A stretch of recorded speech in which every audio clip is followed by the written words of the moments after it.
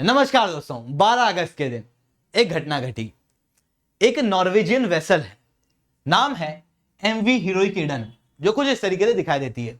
ये नाइजीरिया के पास में से टेरिटोरियल वाटर से गुजर रही थी। उसी दौरान में नाइजीरिया की अथॉरिटी द्वारा ये एलिगेशन लगाया गया कि ये जो वेसल है इसने पेट्रोल की चोरी की है।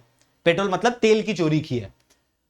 और उसके बाद में इसके ऊपर नेवल पेट्रोल बोट जो है वो इसके पीछे छोड़ दी गई। नेवल पेट्रोल बोट मतलब जो देखरेख करने वाली बोट होती है वो इसके पीछे छोड़ दी गई, जो नेवी द्वारा कंट्रोल की जाती है। उस बोट ने इस वेसल को रोकने की कोशिश की, ये वेसल जो है वो रुकी नहीं। जिसके बाद में नाइजीरिया की अथॉरिटी द्वारा एक नोटिस जारी किया गया इस वेसल के खिलाफ।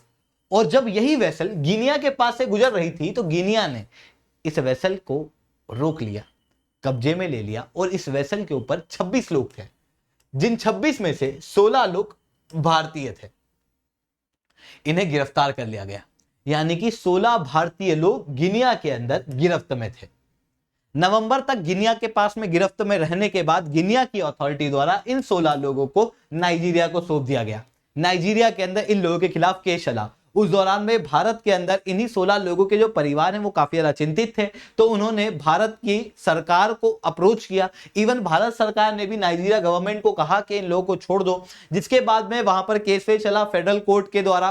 और उसके बाद में ये बताया गया कि ये जो 26 लोग हैं ये इनोसेंट हैं, इन्हें छोड़ देना चाहिए। ये चीज हुई थी अप्रैल के अंदर, पर अप्रैल के बाद में इन लोगों को छोड़ा नहीं गया। ये लोग आजाद नहीं हुए। क्यों नहीं हुए? क्योंकि OSM मैरीटाइम ग्रुप, जिसकी ये वेसल थी, इसने टेरिटोरियल वाटर को वायलेट किया था और नाइजीरिया की फेडरल कोर्ट द्वारा इस वेसल के ऊपर फाइन लगाया गया था, जिस फाइन को भरना था OSM मैरीटाइम ग्रुप द्वारा। OSM मैरीटाइम ग्रुप ने क्योंकि इस फाइन को नहीं भरा, इस कारण से इन लोगों को अभी तक छोड़ा नहीं गया था। रिसेंटली ये खबर आ रही है कि नाइजीरिया की अथॉरिटी द्वारा इन 26 लोगों को छोड़ा जा रहा है, जिसके अंदर से 16 लोग भारतीय हैं।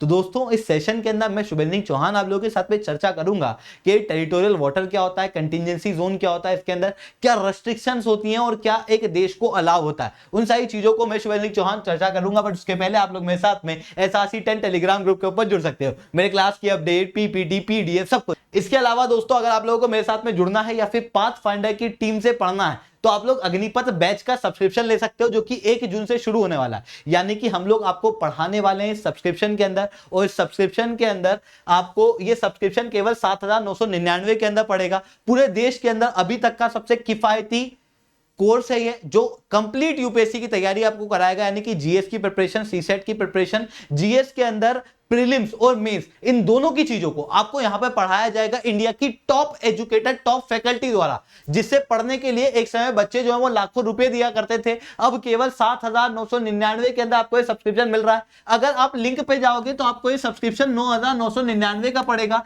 पर अगर आप लोग कोड यूज करोगे SRC 10 तो उसके बाद में ये सब्सक्रिप्शन आपको 7,999 का पड़ जाएगा। SRC 10 कोड का यूज करने के बाद में आप लोगों को मेरे द्वारा 1-on-1 मेंटरशिप भी मिल जाएगी। अगर आप हिंदी मीडियम वाले हो तो चिंता करने की जरूरत नहीं है। आप लोगों के लिए 15 जून से एक और brand new Hindi medium course भी शुरू किया जा रहा है, जो कि बोध कोर्स नाम से जाना जा रहा है। तो आप लोग उसके अंदर भी अपने आप को एनरोल कर सकते हो। इवन हमारी टेस्ट सीरीज है, आप उस टेस्ट सीरीज के अंदर भी जुड़ सकते हो। केवल टेस्ट सीरीज लेना है आपको तो 2,499 के अंदर आपको टेस्ट सीरीज पड़ जाएगी।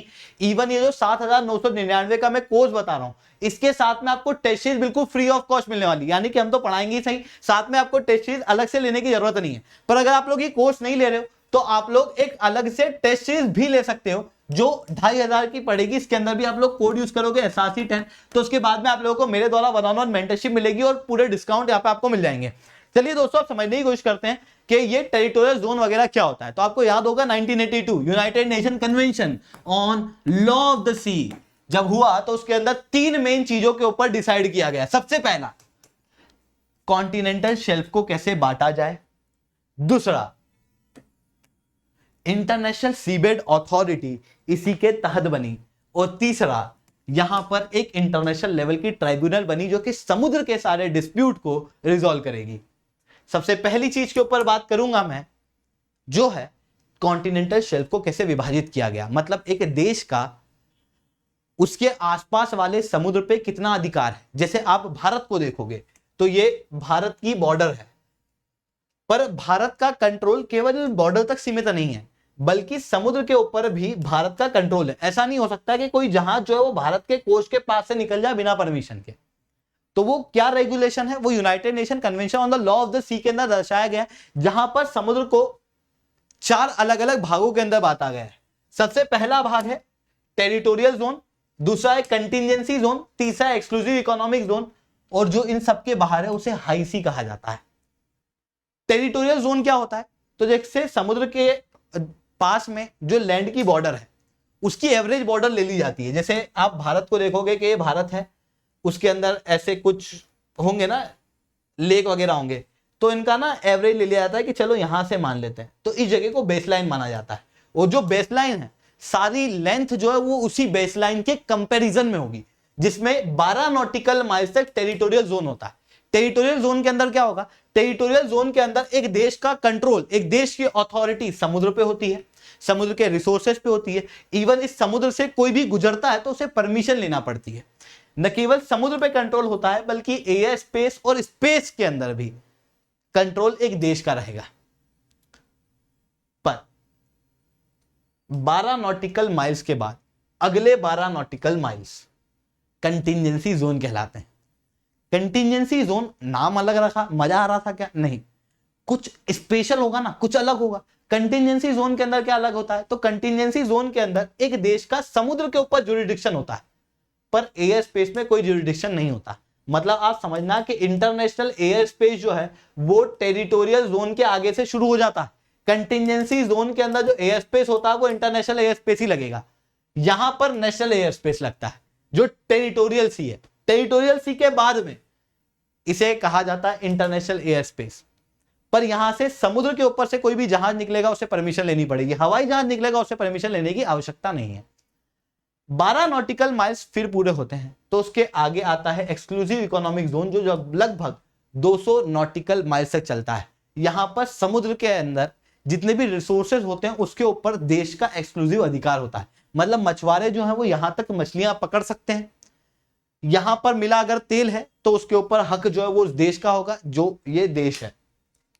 इस तरीके की चीजें जो है वो हम लोग को यहां पर देखने को मिलती हैं। इसके बाद हाई सी होता है, हाई सी के ऊपर किसी का कंट्रोल नहीं होता, तो फिर यहाँ के रिसोर्स के लिए तो लोग लड़ मरते होंगे। नहीं, एक और अथॉरिटी बनाई गई है, मैंने आपको बताया इंटरनेशनल सीबेड अथॉरिटी, जो क्या करती है यहाँ के रिसोर्सेज को देशों के बीच में बांटती है ताकि देशों के अंदर शांति रहे।